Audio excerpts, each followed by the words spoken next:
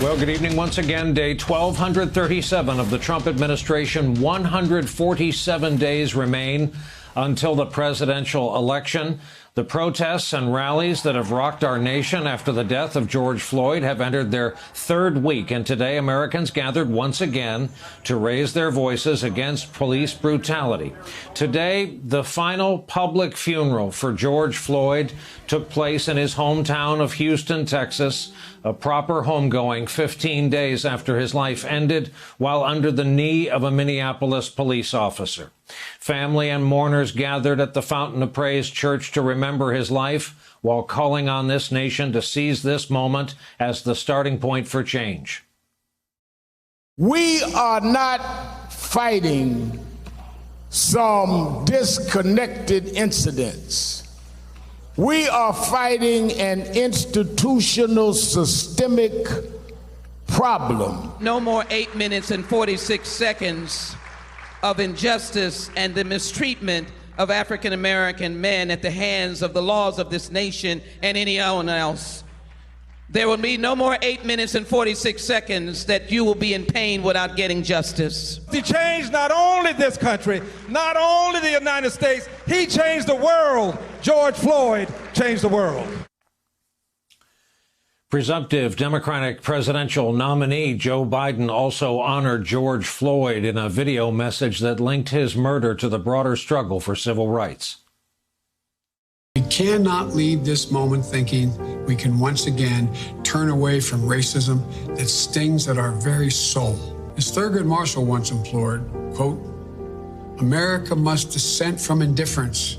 It must dissent from fear, the hatred, and the mistrust. We must dissent because America can do better, because America has no choice but to do better.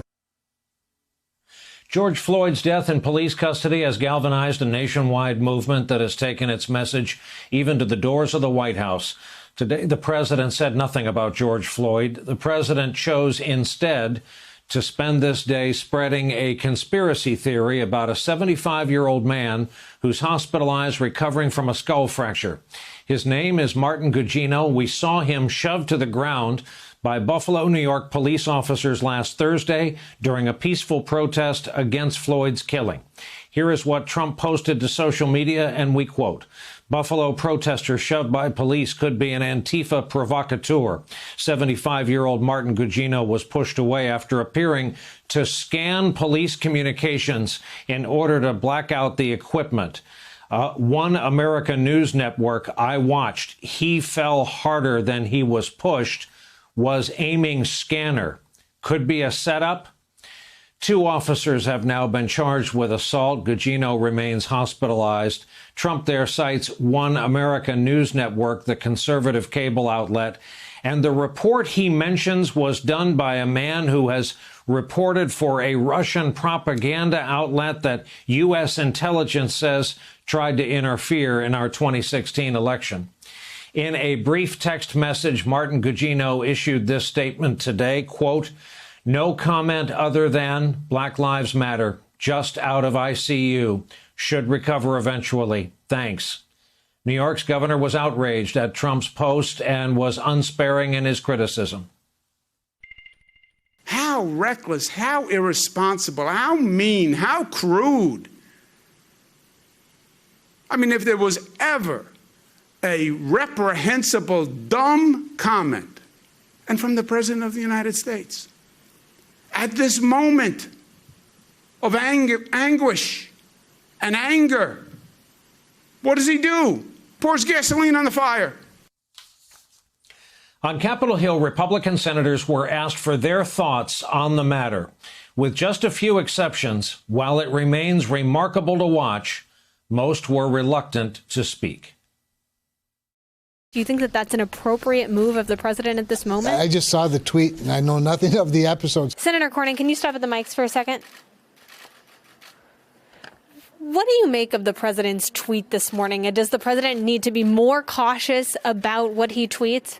I didn't see it, so I'd have to. I mean, I'm sure that my office will be able to get me a copy of it, but I didn't see it. So no real response to it, but Why not? I don't think it should be surprising in general because he tweets a lot. I saw the tweet. It was a shocking thing to say, and I won't dignify it with any further comment. Just saw that this second. It just makes no sense that we are fanning the flames not at this time. This is not good. You want to weigh in about the president's tweet this morning about the Buffalo protester? No, I take a look at it, guys. I don't have anything for you now. Some profiles encouraged there. Later, the man who leads those Republicans in the Senate did his best to not say anything at all. The president said that he could be an Antifa provocateur. He said that he fell harder than he pushed, and he questioned if he was set up. Was that appropriate? Well, as I said, what we've been talking about here in the Senate Republican Conference is what we think is the appropriate response to the events of the last few weeks. What about the president's tweet, though? Was that appropriate, sir? As I said, we are discussing in the Senate Republican Conference what response we think is appropriate to the events of the last 2 weeks. So there was that, and not to be outdone, here is Trump's White House chief of staff.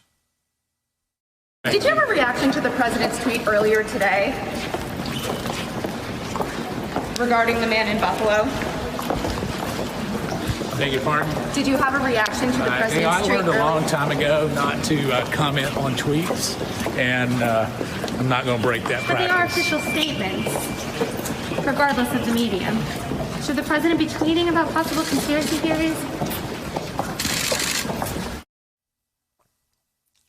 Notably, no comment there from the president's son-in-law either. Meanwhile, this man, Republican Senator Tim Scott, the only African-American senator in the Republican Party, has been tasked with coming up with their party's response to House Democrats' proposed bill on police reforms.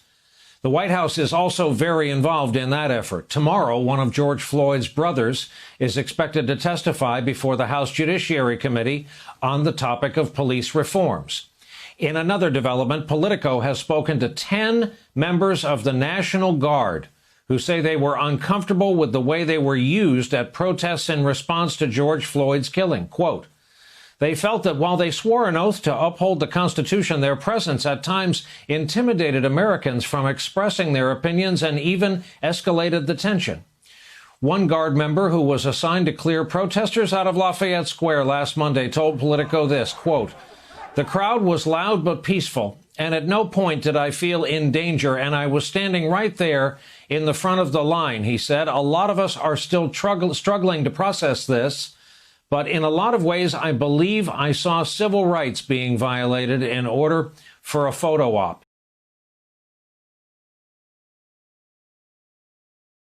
Hey there, I'm Chris Hayes from MSNBC. Thanks for watching MSNBC on YouTube. If you want to keep up to date with the videos we're putting out, you can click subscribe just below me or click over on this list to see lots of other great videos.